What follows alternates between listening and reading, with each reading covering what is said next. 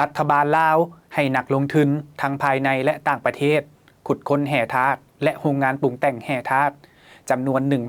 1,143 บริษัทมี 1,336 โครงการ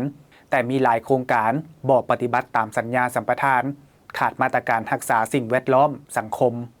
เกี่ยวกับเรื่องมาตรการนั้นคุ้มครองนี่เนาะก็ว่าบ่ได้เนาะบางแขวงก็มันก็ปฏิบัติหลายนึงเนาะแต่ว่าที่แต่มันหลายหมดทุกอย่างมันก็ค่อนข้างยากเพราะว่ามันมีงบประมาณเนาะการคุ้มครองนี่บุคลากรคันบ่เพียงพอมันก็ยากบ่ยุ่งยากอยู่แล้วท่านโพไซไสยสอนรัฐมนตรีกระทรวงพลังงานและบ่อแห่ยอมรับว่า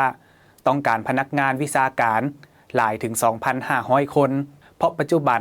พนักงานแขนงการธรณีศาสตร์และบ่อแห่นับมือน้อยลง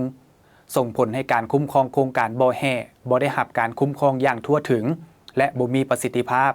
อย่าลืมกดติดตามเพื่อรับการรายงานข่าวสารจากวิทยุเอเชียเสรี